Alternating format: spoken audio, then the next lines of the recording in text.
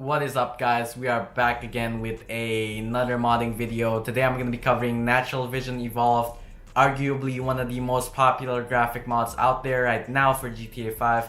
I'm going to be covering how you want to get the mod, how you want to install it, and then I'm going to have a few short clips of the mod actually in action. Before we get into the video, I want to apologize because when I was recording this I wasn't feeling too well, so I might sound a bit weird in the video, but I wanted to get it out as soon as I can. So with that out of the way, let's get right into the video, guys, alright? Alright, so the first thing we're going to get out of the way is how you actually want to get NVE. What you want to do is you want to open this Patreon page that I have on the screen right now by Razed, who is the creator of NVE. And if you want to get NVE downloaded, then you have to donate to the Patreon, and you will receive the monthly updates for NVE once you do subscribe to their Patreon. I'm not gonna go too much in depth to the different tiers of the Patreon. If you're interested, then you can always just visit the page on your own and you can read that by yourself. But the next thing we're gonna cover is what you want to do once you actually download the mod. Alright, so once we get our NVE files downloaded, usually when you do download it, you'll have the option of downloading either a specific version that you want, or you can just download all of them. Here I've got all the files downloaded, so you can see we got the single player package, the 5M one, RAGEMP, and the Alt V one. I'm not gonna go over the 5M and Alt V version at all, but I'm going to go over the single player one and the RAGEMP version. So if you're planning to use this for RAGEMP but you also want to play it on single player, then just install the RAGEMP version, since it's gonna work for both single player and RAGEMP. So once you got this, you can just extract it like we have here. Obviously I renamed the folder into August so I can know what version this is, since each month they do release an update. So you want to go into that.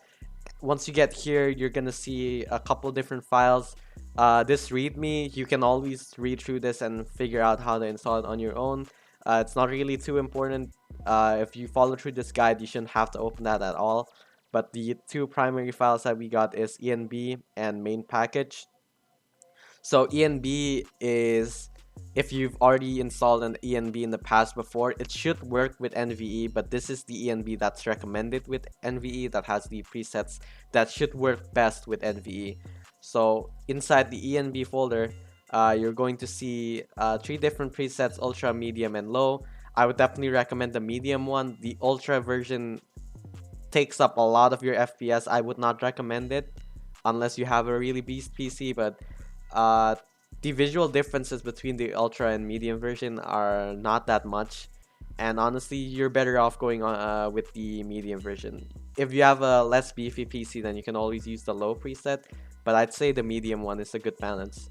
So once you enter the medium files here, you're gonna see ENB series, all this stuff. This is very simple to install. You just want to drag and drop this into your GTA folder, so we're gonna do that right now. Alright, so we got our GTA folder on the right side here. We just want to copy all of this, Control C, and then you just want to Control V here. Let that copy, and then once you got all the files over here, then it should be installed. So just a fair warning, if you use menu or script hook, anything like that, it might interfere with the ENB. I've had some issues in the past where I have script hook and menu installed and my game kept crashing. So if you're having issues with your ENB, try removing any other mods you've got like menu and script hook, see if that fixes it. If not, you should remove the ENB entirely. Alright, so going back to our NVE folder here, now that we've installed the ENB, we want to install the actual mod itself. Now NVE is probably one of the simplest mods to install out there. You just go to the main package, go to update. You're gonna see x64 and update.rpf here. x64 is gonna have our DLC packs just like usual. All you need to do is you just want to copy this. So that's Control C here. You want to go to update here, and then you just want to copy the file here, replace the files, let that do its thing, and then once it finishes copying, then you're gonna have all the files there. NVE is installed. It's easy as that. Now a few things that you do want to keep in mind. It's very important that you don't delete the existing x64 folder here. since this only has a fraction of the DLC packs that's actually included with GTA 5, you just want to drag it there. You don't want to actually delete the entire folder and replace it with this. You just want to drag it and let it do its thing. So that's something to keep in mind, because if you do use that, then you're gonna lose a lot of the updated vehicles and clothing that came with the dozens of GTA updates. So we're gonna let this finish copying, and then after this I'm gonna show you what it looks like in game.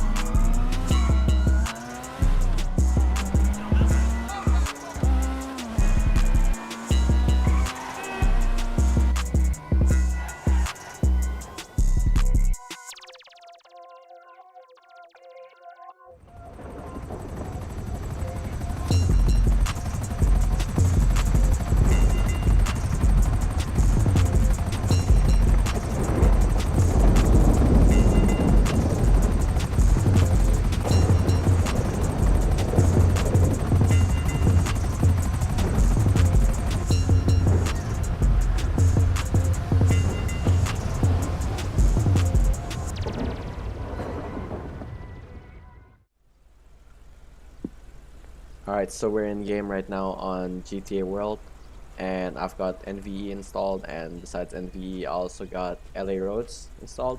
I don't have Radiance V installed in this version, but if you want to install Radiance V on top of NVE, you could definitely do that.